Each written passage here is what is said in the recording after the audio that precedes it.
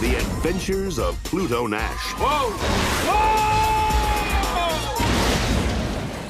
Why don't you take these Hillarys? We appreciate you helping us out.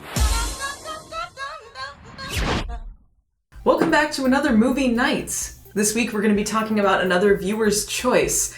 And boy, what choices they were this month. The winner was Pluto Nash. I don't know why I did this to myself, really. This is not a so bad it's good choice here. I wasn't expecting it to be, though. I was just genuinely curious how bad things could get. And it's pretty bad. So if you don't know anything about Pluto Nash is a notorious box office bomb. It cost $100 million to make and made about $7 million at the box office, which is pretty abysmal. I mean, and especially when you know the history about it, it's amazing how badly things can go with a movie. This was apparently written in 1985, originally. Passed through the hands of about 12 different screenwriters and ended up being filmed in 2000 and was put on the shelf for 2 years before it was released. No one had much faith in this, for good reason. According to awesome Facebook fan Johnny Caps, he told me that he interviewed the editor that was called in to try and save this film. And I'm going to paraphrase some of this because I don't want to just steal what's in the interview. But basically, what happened was they called in Oscar-winning editor Alan Heim to fix the movie. And he told them they needed a new opening, a new intro for the love interest, a new ending. And to be fair, they did do this for him. Not that it really saved the movie, and not that he thought he could save the movie with it. But they offered him a lot of money, so he took the job. So when Eddie Murphy was available, he came in and filmed the scenes, but he also brought in some of his own writers. The producer's son did some writing at some point. There's just a lot of hands in the pot, which would make you think that the movie would come off more hodgepodge than it does, but really it just sort of offers us nothing. Also, I gotta point this out about this DVD here, because it genuinely offended me. Lunar tick bonuses? Lunar tick. Do they not know that the basis of the word lunatic is about the moon? Like, it literally, that's what the definition of lunatic is. It's insanity brought on by the moon. You don't need lunar in there. Lunatic it's exactly what it's supposed to be. There's no reason to change that. What do you, this is the definition of the comedy in this, just nonsense that makes you sadder. I like this quote here that's kind of ripped off by a sticker. Murphy is genuinely appealing. That's one of the best things that they could say about it, which I don't think is necessarily true about the film. Nor I think Eddie Murphy in general at that time. This was a career killer for sure. I mean, this is sort of the beginning of the end for Eddie Murphy here, which is really tragic because he is such a good performer, but this movie is not a good highlight for anyone's career. Also, this shouldn't be called Adventures of Pluto Nash. It's more like one adventure. Were they hoping for a franchise? I really hope not. I don't see any investment in this character.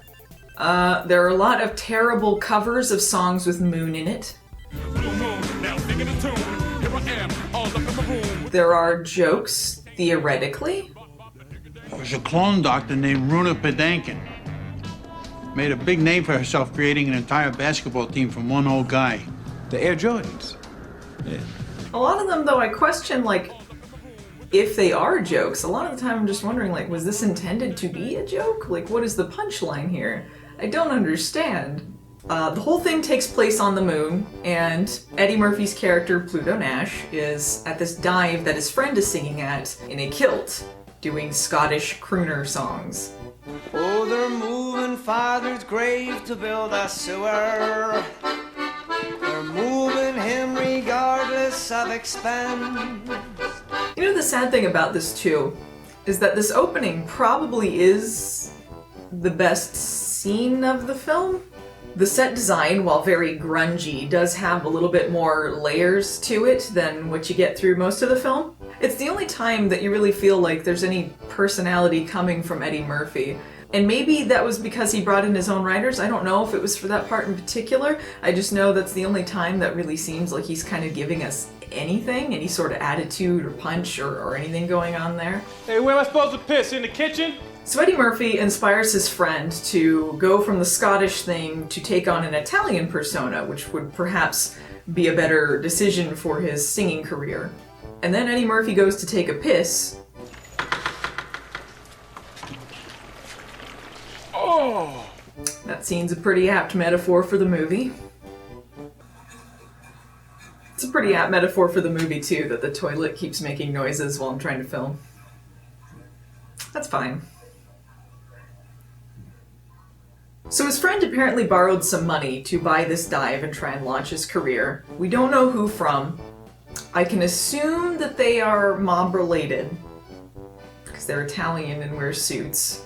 And they threaten to kill his friend, and Eddie Murphy's like, hey, what if I make this into a booming business and then pay you off? And they're like, cool, we'll go with that. And I mean, this is not a small amount of money. This is like $2.5 million. I mean, this is not a small dispute to settle with just a minute of smooth talking. This is where they reveal that Eddie Murphy used to be a smuggler and just got out of jail like a week prior to that. So you know he's gonna make some great business decisions. Cut to 7 years later, apparently he did make it a booming business. It is the most popular club on the moon. Yeah, just to gloss over that. I mean, it's not like the club is the most important part of the movie or anything. And this friend, apparently he just stole his business. Like, he's just like, yeah, I'll take over this club. Like, his friend didn't agree to this. They're like childhood friends. I mean, like, dick move. He didn't even let him stay and be like his business partner or anything. I mean, he's got some guy named Miguel. Who's Miguel? I'm a long way, baby. Long way. Long way. All right, partner. Yeah. Ooh, look at that ass. I'll be right back. He keeps giving people free drinks. I mean, like, that doesn't seem like a very good business model. I don't know how he got so successful. People start doing like this arm shooting dance. This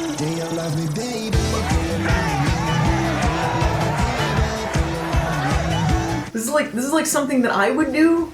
This is my dance style. I don't know if it's really going to catch on in the future on the moon, but I appreciate their commitment to it, I guess.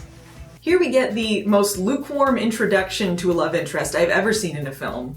I wouldn't even think anything of it except it's a pretty black woman that he meets, so I guess she must be the love interest. She's like, hey, I'm trying to get a job so I can go back to Earth. She's like, yeah, you knew my dad, you saved his life. And then he's like, oh yeah, you owe me a car now.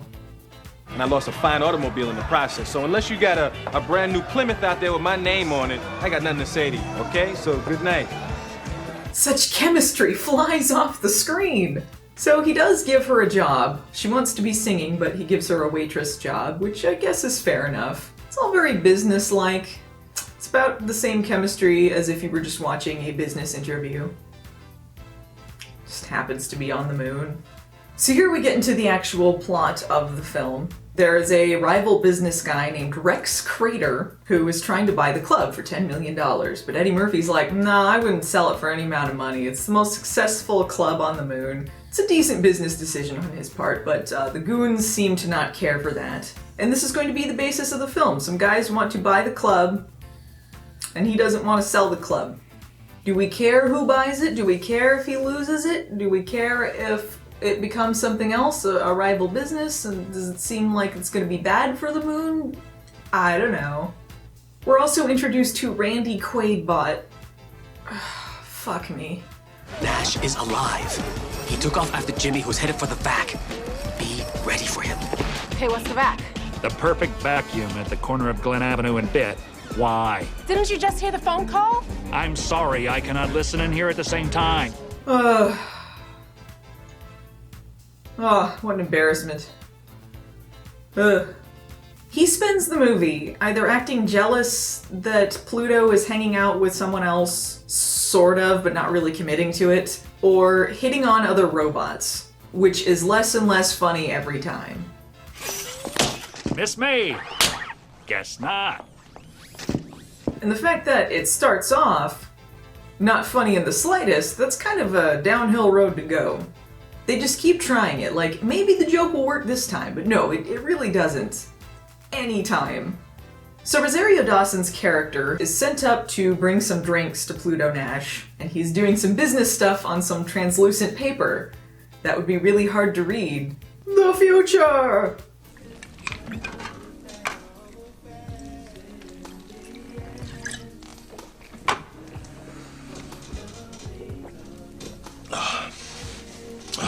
Again, chemistry just flies off the screen. How do they feel about each other? I don't know. They seem to get along okay, I guess. So this is when he kind of reveals why he doesn't want to sell the club to Rex Crater, and apparently the movie's justification for why this is a bad thing. Apparently, gambling is about to be legalized on the moon, and Rex Crater wants to turn the whole thing into a big casino. I guess. This is just an assumption from Pluto. I mean, this is not anything that he is told by the guys who want to buy it. It seems like this is the first time he's ever heard of Rex Crater, but just wanting to buy his club apparently equates to he wants to turn the whole moon into a casino. I don't know why he wants his place specifically. It seems like there's lots of places on the moon. Apparently this is prime real estate, even though it just seems like any other place on the moon. I mean, it's not really that bad of a trade. I mean, it's not like they're trying to take out like an old folks home or something, or his house, or something that has much sentimental value. I mean, it's a business. Then the club is blown up. So do the bad guys think, like, if they blow up the club and kill him, that they'll get his land? Is that how it works on the moon? Regardless, Pluto doesn't seem terribly concerned about the fact that his club just blew up, even though this is supposed to be the main point of the movie. So the club has been blown up, and the guys try to kill him, and he takes off after them. And in the middle of the chase scene, he puts on a jacket that I guess he got from his butt for no reason whatsoever. There's a joke in there about how Quaidbot can't run very fast because he's an old model. And they have this whole elaborate action scene where they're all trying to kill each other, and it goes on forever, full of sound and fury, signifying nothing. But my question is, who gives a flying fuck at this point who wins or loses? We know nothing about Pluto Nash's character at this point. We know that he owns a club and he used to be a smuggler, but we don't know, I mean, what kind of person he is, like what kind of personality. There's no real character moments. It's not like there's anything in his personality that really shows through to kind of gather what kind of man he is. And that's sort of the problem with the whole movie. They don't give you any moments to really see who Pluto Nash is. Like, are you supposed to be rooting for him? Are you supposed to think that he's a jerk? Are you supposed to think he's a good guy? And for something that was originally scripted in 1985, you would think that enough people would have looked at it and said, you know, we really don't know who our main character is. Rosario Dawson's character is given even less than Eddie Murphy to work with. She's there, but she's just a cardboard cutout. I couldn't tell you a single damn thing about her character, other than she likes to sing. I guess that's as far as they get with most characters, is their name and their occupation. We don't know if she even likes Eddie Murphy's character, or how they feel about each other. She just sort of goes along with whatever happens. And so now she's involved with what's going on, and she can't get away because the bad guys know what she looks like and they're going to kill her. Only way you going home now is in the box, okay? Well, that's just great. Now what? She doesn't seem terribly bothered by this fact. She just seems like, oh, well, I guess I gotta go with him now. They go to this motel together, and Eddie Murphy has this whole spiel about how he hates Earth and how the moon is so much better, which really comes off kind of dickish. You think everything back Earth is better and you can't stop talking about it. I went back Earth once and the air smelled funny. Sneezing all the time and rained every day and bugs and shit everywhere. I could see if maybe like the Earth was a big shithole, but we really don't know. We don't see Earth at any point in this movie, like maybe a shot of a CGI Earth at the beginning. But they don't make the moon that appealing either. There's nothing really about it that seems like you'd ever want to live there. I mean, like everyone's sort of stuck in a bubble. It's kind of grungy. Everyone seems sort of unscrupulous there. And they never have a moment where you're kind of like, oh yeah, maybe the Earth was good, or oh, maybe the moon is better. I mean, there's no real payoff to that at all. So Pluto goes to his old friend Puchinsky and asks who Rex Crater is, and no one really knows. But Puchinsky mentions that he may be a clone. And he sends Pluto and Rosario Dawson off to go see this woman who used to work with this clone lady and might have some answers for them. And that sends them to this body modification shop, which is all just a setup for this stupid joke that has been used in a million things and is funny precisely 0% of the time. Yeah, like that. Oh, yes. Hey! Look at that. Hey! And it looks awful. I mean, I think the effects were dated when they came out on this. It can't have looked good at any point in time. This is a movie that is set up around convenience. He always has like an old friend who's going to help out with something, and all of the conflicts last about 5 minutes tops. His friends always have what he needs when he needs it at the exact right time. He never really seems to be in that much danger because everything just sort of works out for him in the end, in every situation. And that makes you kind of dislike him too. You're like, why does this asshole get everything so easy? So Pluto, Rosario Dawson, and Quaidbot steal a car, and the car is John Cleese, and he's easily the best part of the movie. Good God, I'm being stolen. Although I will say, the car CGI is probably the effect that holds up the least in the film. So they hole up in some place and try to figure out who Rex Crater could be. And Alec Baldwin is introduced as a red herring. What are you waiting for? A dance? Huh? Huh? Oh my God. Oh, pardon. I forgot the stairs was there. Yeah. That's cool. He throws a guy down a set of stairs on TV. They really think this is the guy that hid his identity for so long?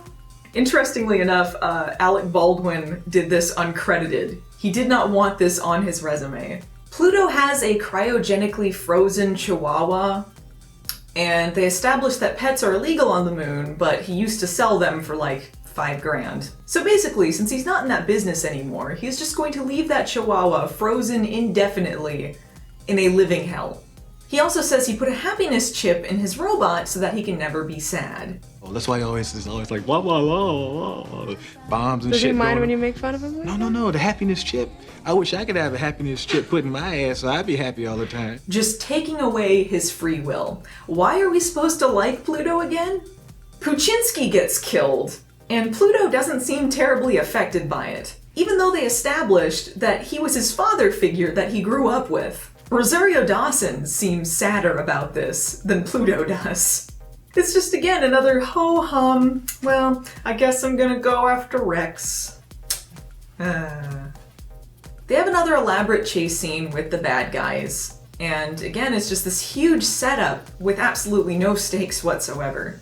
And they blow up the car, and he offers to sell them out, which was kind of a funny touch. I have some information about the people that you're looking for. Hey, come back here. I can help you find them, you bastard. Well, there goes the best part of the movie. Say goodbye. Bye. They're going to die because they are running out of oxygen, but by rule of convenience, there is a car driving by that happens to find them after the robot shuts down, and just coincidentally, it happens to be Pluto Nash's greatest fan. Greatest smuggling fan, I should note. Not club fan, smuggling fan. So now suddenly he's a character in the film. He says he doesn't want to bring Quaidbot in because he had a bad robot experience, but then Pluto's like, please? And he's like, okay. Conflict over. They go undercover to the casino that Rex Crater works at. And one of the slot machines starts hitting on Quaidbot, and at first he doesn't want to do anything, but then he decides to give in and breaks off one of her arms, and then he gets confiscated by the casino, which is just terribly convoluted. The whole thing. Like, you should not be asking questions about the setup, or you did not do your job correctly. It turns out old friend from the beginning works there, and he's a famous singer, famous for singing covers of Sinatra songs. And he has 2 wives, one of which is a clone, and it's funny because they talk in unison. We made ossobuco and pork and gnocchi. All Tony's mother's recipes. So Pluto asks for a favor from an old friend, conveniently, and he's gonna get him into the penthouse to see Rex. Look, you grab onto these wires and you swing down on the wires onto the ledge. You want me to grab hot wires? How you know they're hot? Look at the shit is hot, Tony. I was so mad that I laughed at that. I was so mad because then I have to give the movie credit for like one laugh from me from the entire experience. And it wasn't even that funny of a joke. And the whole thing is pointless anyway. You think this is gonna lead to like another action scene, but then he's like, nah, skip. What's plan B, Tony? This is plan B. How did he hear him from in there? How? And speaking of pointless, the robot just breaks out. So why did any of that happen? Now we get to find out who Rex Crater is, and the greatest twist in the history of cinema happens.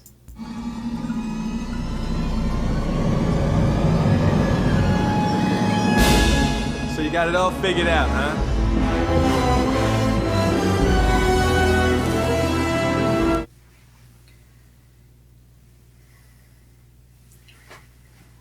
Why?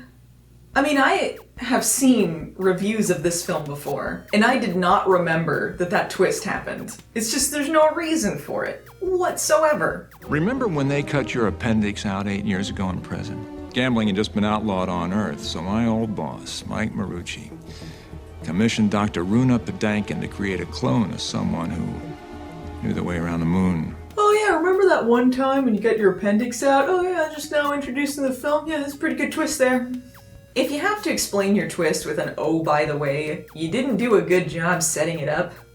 Question, why doesn't Eddie Murphy and his clone talk in unison? Isn't that what clones do? And they happen to be wearing the same suit. For no reason. So Quaidbot and Rosario Dawson show up, and they do another reveal like we didn't know they were clones already.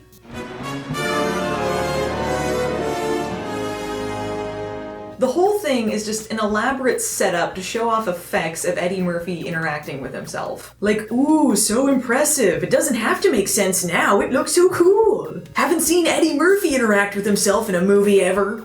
And the clone doesn't even pretend to be Pluto. I mean, that's the whole point that you would set up like a clone plot, I would think. But he wants to rename the club Club Rex, even though it would be a casino, not a club anymore. I mean, why did he even bother with this whole setup? Why didn't he just kill Pluto and pretend to be him, and then he'd have his club already?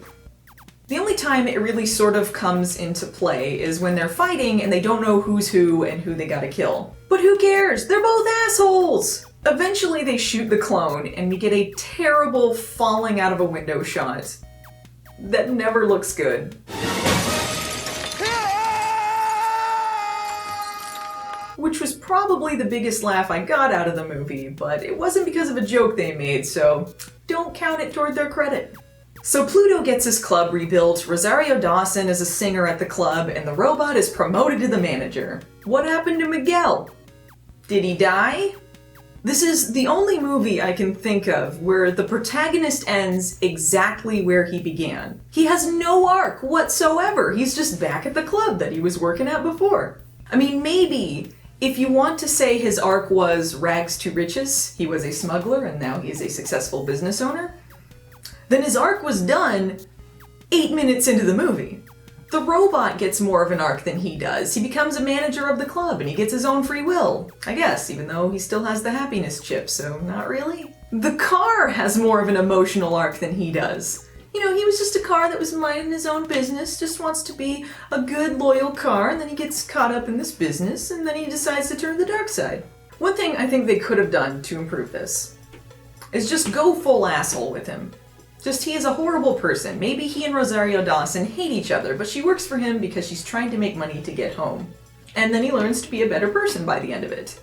Let's say that his clone turned out to be a huge asshole, and he realizes the error of his ways. He doesn't want to be that kind of person. And then maybe you have sort of a payoff for the clone element, instead of nothing. I was expecting something a lot zanier from this. I wasn't expecting anything good, but I thought it would be sort of like Rocket Man fart in the suit type humor.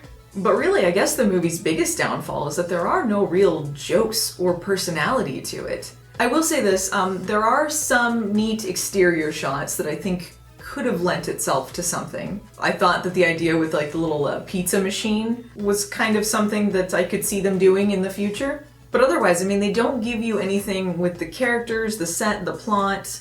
really nothing that is terribly exciting about it. It's so ho-hum, and that's what's the most disappointing. I would rather it be just a glorious mess than just sort of flatlining through the whole thing. And I feel like, you know, there are things you could do to improve the movie, but really just setting it around like a land dispute, a guy getting his club who is already successful, who has no real conflict, who doesn't really even get in that much danger in the film because everything just sort of works out okay for him in the end. It's just sort of a lot of who cares. It's easy to see why this bombed, so I can't recommend ever watching this, even as a so bad it's good thing. It's just sort of not worth the time and effort that it takes to watch it. So I'll see you guys next time. Thanks for watching. Lunar Tick.